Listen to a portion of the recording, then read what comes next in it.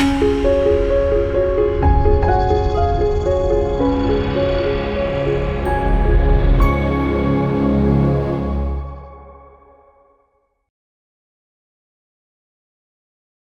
మాత్రం. నేను మీ journalist Navata. Welcome to our voice.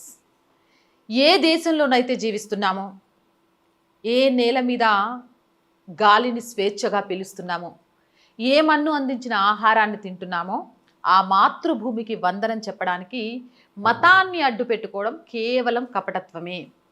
ఈ విషయాన్ని ఇప్పుడు నేను ఎందుకు మాట్లాడుతున్నాను అంటే, వందే మాతరానికి సంబంధించి అసదుద్దీన్ ఓవైసీ చాలా పెద్ద పెద్ద మాటలు మాట్లాడాడు. అది నా మతానికి వ్యతిరేకము, వందే మాతరంలో దేవీ దేవతలు ఉన్నారు, మేము అవి పలకము.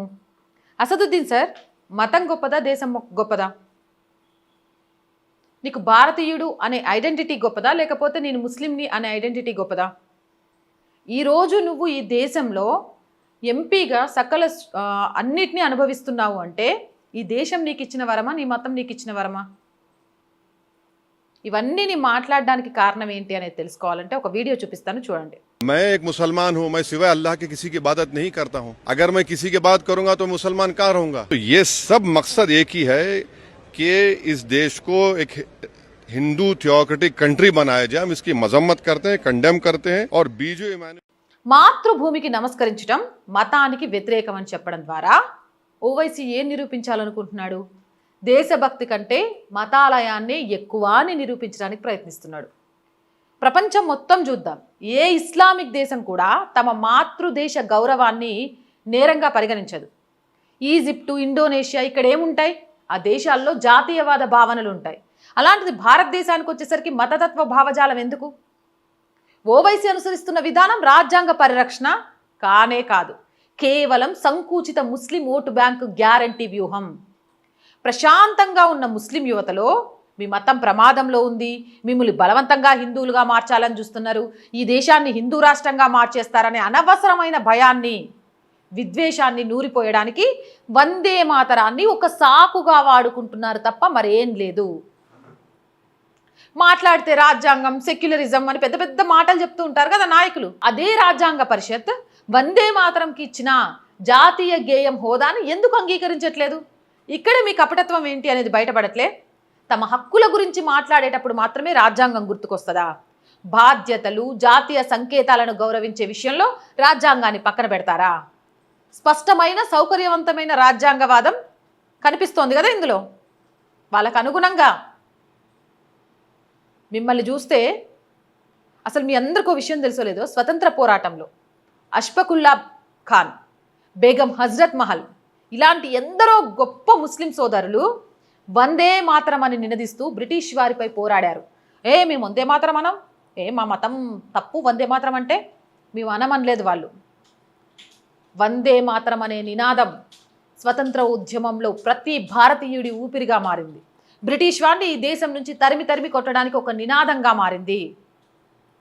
నిజంగా గనక వాళ్ళు చూస్తున్నా, వాళ్ళు బ్రతికున్నా, ఈరోజు ఓవైసీ చేసిన ఈ వ్యాఖ్యలు చూస్తే స్వతంత్ర సమరయోధుల త్యాగాలను, వారి దేశభక్తిని నేరుగా అవమానించడమే అని బాధపడిపోతారు. భారతమాత అనేది ఒక మతపరమైన దేవత మాత్రమే కాదు, అది ఈ దేశంలో పుట్టిన ప్రతి పౌరుడి సమిష్టి మాతృమూర్తి మరియు ఆత్మగౌరవ సంకేతం. దేశాన్ని తల్లిగా భావించటం భారతీయ సంస్కృతి. మాతృభూమికి జై కొట్టలేనప్పుడు, నేల తల్లికి నమస్కరించలేనప్పుడు ఈ దేశ పౌరసత్వం యొక్క ఆత్మను ఏ విధంగా గౌరవిస్తున్నట్లు మీరు? దేశం కంటే మతం గొప్పది అని భావించే ధోరణి ప్రజాస్వామ్యానికి ప్రమాదకరం, భారతదేశానికి ప్రమాదకరం. వందే మాతరం అనేది మతాన్ని రుద్దే సాధనం కాదు, అది ఈ దేశ మట్టి ప్రతిధ్వనించే అఖండ భారతీయుల స్వేచ్ఛా నినాదం. కాబట్టి రెచ్చగొట్టి, ముస్లింలను రెచ్చగొట్టి అరే మన స్వేచ్ఛ పోతుంది ఇలాంటివి చెప్పడం మానేయండి. అయినా మిమ్మల్ని ఎవ్వరు బలవంతంగా వందే మాత్రం పాడమని చెప్పలేదు. వందే మాత్రం పాడుతున్నప్పుడు చిల్లర వేషాలు వేయొద్దు అని చెప్పిండ్రు. వందే మాత్రం జరుగుతున్న ప్రదేశంలో చెడగొట్టే ప్రయత్నం చేయొద్దు అని చెప్పారు. వందే మాత్రాన్ని అవమానించొద్దు అని చెప్పారు. కానీ బలవంతంగా ప్రతి ఒక్క ముస్లిం తోటి, ప్రతి ఒక్కళ్ళతోటి వందే మాత్రం పాడించండి అని చెప్పలేదు. పాడకండి, లేచి నిలబడితే మీకు వచ్చిన నష్టం ఏంటి? జాతీయ జెండాకు సెల్యూట్ చేస్తే మీకు వచ్చిన నష్టం ఏంటి?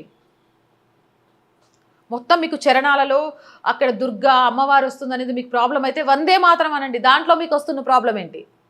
మతం ముసుగులో జాతీయవాదాన్ని ఇంకెంతకాలం చంపేస్తారు ఈ దేశంలో? ఇది ఎంతవరకు సమంజసం? మీ సీటు కోసం ముస్లిం యువకులలో లేని ఒక అపోహను కల్పించి భయాన్ని సృష్టించే ప్రయత్నం ఏ మాత్రం చేయకండి. ఇది రానున్న రోజుల్లో మీకు కూడా మంచిది కాదు.